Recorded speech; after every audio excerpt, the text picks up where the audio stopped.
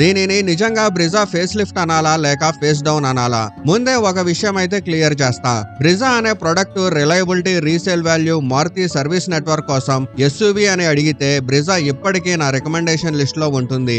కానీ ఈ 2026 face lift మాత్రం నాకు కొంచెం డల్ గా అనిపించింది.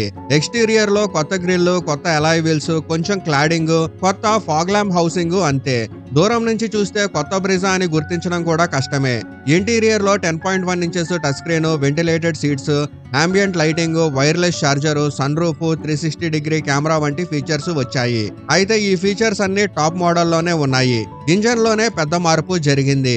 ఇప్పుడు 1 litre booster jet turbo engine తో పాటు కొత్త 6 స్పీడ్ ట్రాన్స్మిషన్ కూడా వచ్చింది.